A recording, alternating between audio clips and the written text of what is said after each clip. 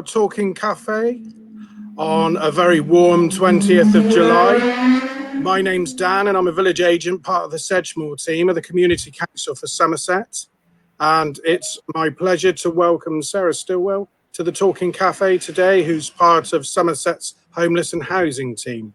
And she's kindly agreed to inform us of all the great work herself and her colleagues have and continue to do in order to support these people in crisis. Hi, Sarah. Hiya. Thanks, Dan. Could you please give us a rundown of the work that your department manages on a day-to-day basis, please? I'm the Housing and Homelessness Manager at Sedgemoor District Council. So I cover the Sedgemoor area, and my team deal with all kinds of housing advice, homelessness applications, the prevention of homelessness. We also have involvement with the choice-based letting system, so we work quite closely with the registered providers in terms of managing that and the allocation of accommodation. We also have a tenancy sustainment team to stop that revolving door of homeless cases. So anybody that we see is potentially going to be at risk of homelessness, we put a sustainment package around them. We work quite closely with support services to help us with that, to make sure that people are able to maintain tenancies. And what I'm going to be talking about today is the rough sleeper work that I'm responsible for. Grand. And how do people get referred to you? I mean, there's all kinds of ways that people can be referred into the service. So people can self-refer. There's also the duty to refer, which is an obligation on public bodies to refer anybody that they come across who they believe is at risk of homelessness into the housing service, whereby we can pick that application up and we can start working with them as quickly as possible. We also pick it up as people apply for housing as well. So every application is looked at, and if there is any kind of hint that there may be homelessness in the background, then we will respond and react to that accordingly. So you got full access to the Home Finder app, and your team, vets that with regards We're responsible for that. to Yeah, that's information right, that they give on a person-centered basis. You have access to that. That's wonderful.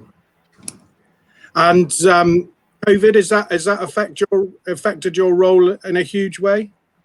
It certainly has. Yes, it really has, hugely. I mean, obviously, when we were first made aware of what was coming our way back kind of 16 months ago, we had an awful lot of work to do. We'd got families that were in accommodation where they were sharing facilities. We did quite a lot of work to try and get them housed and get in their own accommodation. We also had a directive from central government that everybody that was recognised as a rough sleeper needed to be offered accommodation. As you know, that sounds quite easy, but a lot of these people that are sleeping rough on the streets have got quite complex needs. So it was how we managed to get them into accommodation and how we managed to support them in managing that accommodation. So how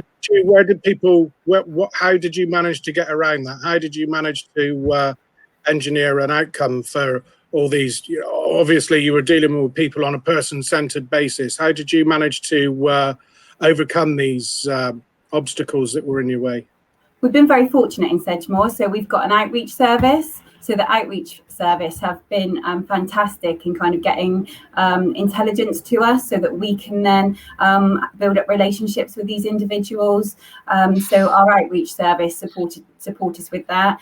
We also use Westfield Church in West Street in Bridgewater. So that's almost like a safe place for people to go. So today it's over 30 degrees at the moment, I think. So our outreach guys are out. They've got bottles of water, they've got bottles of sunscreen, and they're making sure that anybody that hasn't kind of got that resource is safe in the heat. The same thing is happens when it's cold. So when it's cold, they usually have a relationship with these people. They know where they are, they know where to find them, and they will try to engage with them on the street so that we can begin that relationship with them and start to work with them with a view to getting them into some sort of supported accommodation. I mean, that's the basis regardless of the situation, but it was certainly the case with COVID, but we did have to kind of get our skates on with that and make sure that they really understood what was going on, because obviously a lot of these individuals, they don't have access to newspapers, they don't listen to the radio, they don't have kind of Facebook and various news apps on their phone to find out what's really going on. So I think it took a while for it to kind of filter through to that kind of cohort of people that there really was a pandemic, and different different ways of living were coming our way, and that was going to have an impact on them. And obviously the anxieties and the sometimes mental health situations that come alongside the circumstances that they find themselves in, it would be difficult to process something as enormous as a pandemic when you haven't got the facility of news all the time, or like you said, newspapers and what have you. So you've got people that are there at Westfield Church and what have you, but say for argument's sake, someone tried to get you in a more, get hold of you or your colleagues in a more private way, in like a referral system, say, even be it if someone volunteered to assist, like in putting through a referral online or via the telephone. Is that a facility that's in place as well? Well, I'll talk about, I mean, in regards to rough sleeping, there's actually an app and an email address, which I'll talk about later in the presentation. Right. So I can talk about that. But certainly anybody that finds themselves at risk of homelessness or is concerned about anyone that is at risk of homelessness, then you can always contact the housing team at Sedgemoor, and we will endeavour to get the right person back in touch with you, or that person to try and kind of work with you and flush out those issues. Ultimately, what we want to do is we want to prevent homelessness. Yeah, of course, absolutely. The sooner we know about it, the more proactive we can be, the more options there are. So, I would implore anybody, if you're struggling financially and you're concerned you're going to be getting into rent arrears, if you're not sure whether your benefit entitlement is correct and you need some support with that, whatever it may be, then please contact us and we can help you with any issues you've got that may impact your housing in the future. And there's obviously, the advice that you give and the support that you give stays with us, throughout the entire process as well. I mean, I can vouch for that with clients that you've assisted us in supporting with regards to starting from a very grassroots basis and then building that positivity on moving forward with regards to, primarily, even if it's a temporary at the beginning, a roof above their head and the assistance when it comes to setting up, some sort of financial support and all the rest of it. You liaise with us guys to do what we can do as well to be able to help people moving forward, as well as other agencies that could help people on a person-centered basis to assist with anything that would have got them in that position in the first place, which is quite wonderful. What other departments do you find yourself quite often working with closely, on a client-to-client basis? It's vast, obviously. Housing is one issue, but housing fails if we haven't identified all the other issues. So we work quite closely with the county council. We work closely with drugs and alcohol services in Sedgemoor. We work with numerous support agencies. We work with you guys, so it just depends. We'll work with anybody that we need to try to get a resolution for somebody and for that resolution to continue, so that in the nicest way possible, we don't have to see them again. We can get them housed, we can get them settled, and we can keep them safe. So that's what we want to do. Exactly. They can proactively progress forward and to self-independence and the confidence that brings, and really move forward to a positive, proactive chapter on a personal level for them. Yes, exactly. Is there any particular clients or families that stick in your mind that really gave you a buzz, really give you the job satisfaction in the time that you've had in your role? I know you can't mention names or what have you, but like the circumstances of certain people that has found themselves through no fault of their own in a situation, and you've managed to really find a great resolution for them. I mean, I've worked in homeless services for over 25 years, so there are many. Yeah, there are many. I know I don't look old enough, but recently we've done an awful lot of work in Sedgemoor to set up a new pathway for our rough sleepers, and we have had some fantastic successes with that. And we have just registered our first person who's gone through that pathway successfully, and it's worked for them, and they are now going to be looking to moving on to living independently. So for me, that was huge. That was really great to know that it was working. All that work and effort, and it's worked, and we've obviously had the odds against us because of COVID. Great, absolutely. You mentioned that there's a film that you'd like to show. Can you give us a brief synopsis of what that's about? Well, it's a poem, really, and I just think it kind of sums up everything that we know in our daily work when we're dealing with these individuals. And I think it just puts a different kind of twist on it. Quite often, working with rough sleepers, they're seen as some, you know, a nuisance. They could be noisy. They can create mess. Quite often, their behaviour can come across as quite antisocial. But it just kind of brings it home that actually, underneath all that, there is still a person. I see. That's wonderful. Well, if we get our wizard in the background to be able to get it to go, then I'm looking forward to seeing it myself.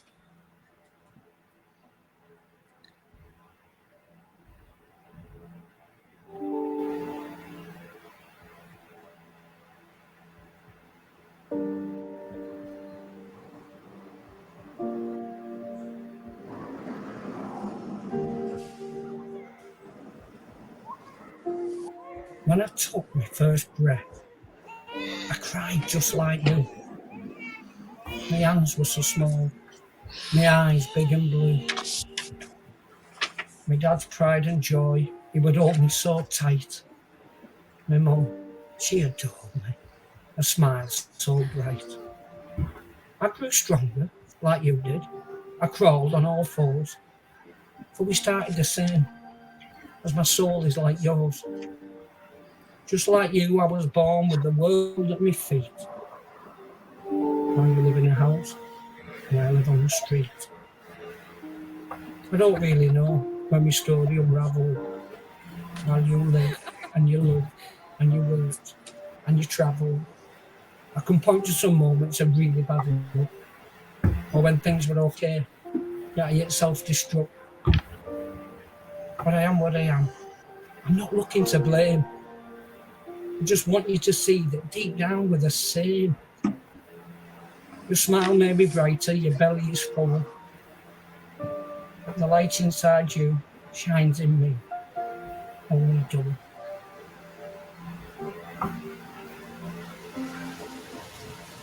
I'm sick of the cold.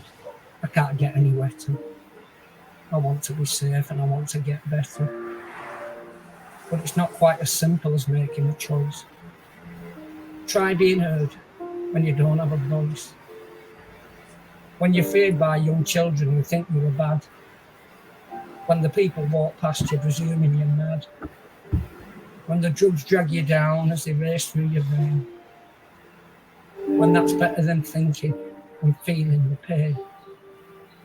But I don't want your judgment. I don't want your pity. I dream of a day when the streets of my city are empty at night and the place feels dead because all of its people are safe in their bed. So next time you see me, don't look away. Ask me my name, brighten my day. Help out the people who make us all mean. Help out the people who teach us to heal. These people, they help us to deal with our past. But we need help from you. Let's end this at last. No one among us should sleep against doors, for they started the same, with a soul just like yours.